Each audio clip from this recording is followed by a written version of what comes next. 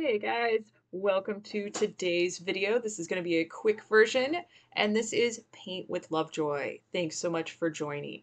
Please subscribe to the channel and share this channel with your community.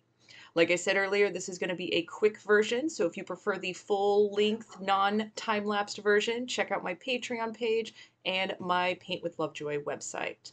If you want to further support Paint with Lovejoy, please do. It all helps. And for more in-depth courses, check out paintwithlovejoy.com. And as always, share this with your community.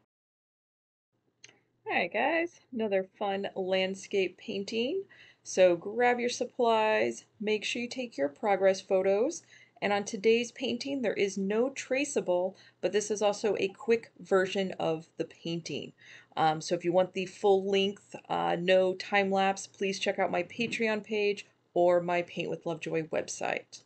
So what we're going to do first is we're going to separate the sky from the grass, and we're going to put a horizon line just above the center of the canvas. And then we're going to fill that in with shades of blue. Now you can see that I mixed my shade of blue a couple of times, and don't stress about getting the exact same shade of blue each time. You can see some places where I have the light blue and some places where I have the medium blue. And then once this is filled in, I'm going to take that direct blue, slap it on the top, and then kind of blend that into the base. And that is called wet on wet blending. I am using student grade paint, so if you're using that as well, I do recommend that you apply your paint a little bit thicker. For the grass, I'm using primary colors, so I made my own shade of green, which was a mixture of yellow and blue. If you have a tube of green paint, feel free to use that, and you can mix it with white, or you can mix it with yellow and blue to get the shade that you like. And just like with the sky, don't stress about getting the exact same shade. We are actually going to be putting a bunch of dots on top of this for our flower fields, so we're not going to see a whole lot of this green color. It's just going to be a nice base to put our flowers on top of.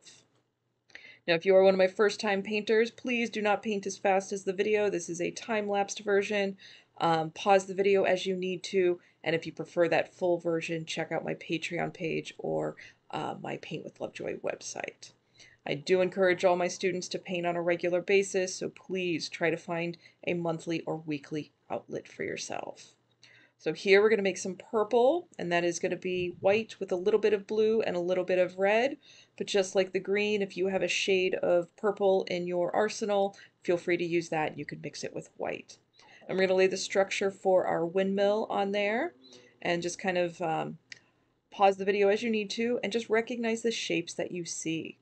We're going to be adding a little bit blue to that mixture and making a triangle roof for our windmill, and then we'll be adding a little bit of red to our mixture for the base at the bottom. And then we're going to be putting some colors on top of it. As you watch, especially this quick version, you are strengthening your power of observation. So just kind of observe where I place certain colors, the shapes that I make, and then mimic that to the best of your ability. And painting is not about being perfect or doing exactly what I do on the video, but just it's about you finding your comfort zone with the tools that you have and using my videos just as kind of a guideline or a starting point. But trust your instincts, and you are more creative than you're probably giving yourself credit for. And the only way you can discover that is through practice and giving it a try.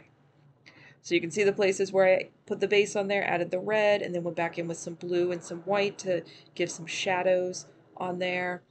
Again, it's just kind of giving a light indication of where the light source is coming from.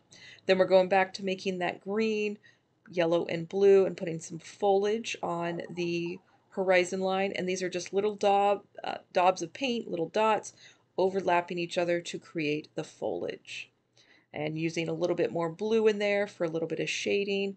This is a bit of an impressionistic style painting, since we are painting blobs and not exact tulips. So as we go to do this, this is a little bit of pointillism. I'm using that medium flat brush. I did mix a little bit of white and yellow, and basically each dab, each blob on there is a flower. So I want you overlapping these blobs, overlapping your flowers. We're going to switch into the pink. I'm not going to keep up with the colors as much. You can just, again, observe what you see, the colors I make. But we're going to be making these rows of these tulips or these blobs. You don't actually have to call them tulips. You can just call them flowers if you want. But the important thing is each dot is a flower. I want you overlapping each of these dots, and I want you to reload your brush after every 2 or 3 dots. You're going to get into kind of a groove, but if you don't keep grabbing paint, you won't actually be applying anything to your canvas. And we do want to fill up this space. So for this row, it was actually the pink that we were using earlier added with yellow. If you have orange tube of paint, you can use that.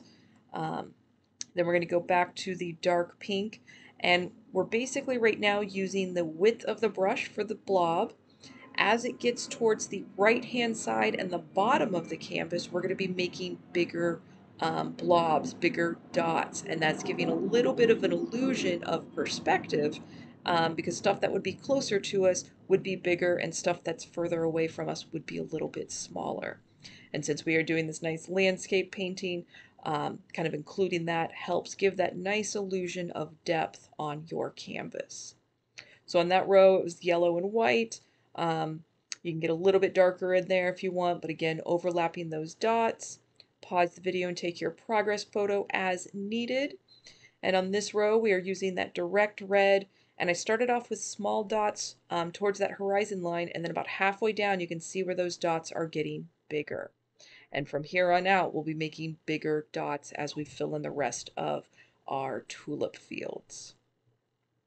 And again, just take notice of how often you see me grabbing more of that paint and then going back and applying it. This is student grade paint, like I said earlier, that I'm using, but these little dots and blobs that I'm applying are a little bit thicker paint.